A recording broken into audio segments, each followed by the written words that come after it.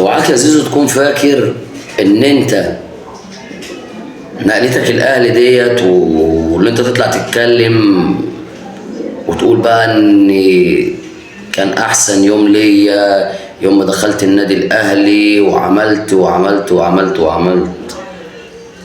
يا جعان يا ابن الجعان، يا جعان يا ابن الجعان، اللي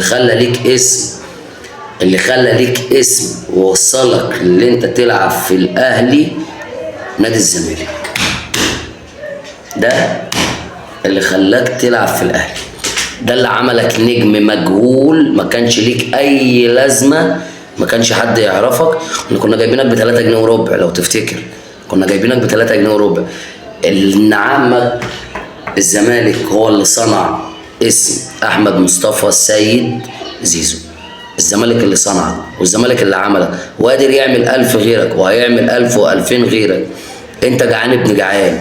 حته بقى اللي انت تطلع في برامج او في السوشيال ميديا او ايا كان شكل الهبد اللي هتطلع تهبده وتقول زمالك ومش زمالك، جمهور الزمالك مش هيسيبك في حالك. قسما بالله العظيم جمهور الزمالك ما هيسيبك في حالك.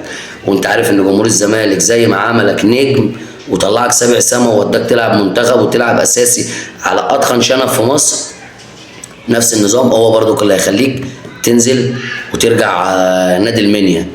مع احترامي طبعا لنادي المنيا ان هو ما يشرفوش ان يبقى عنده لاعب زيك. شكرا.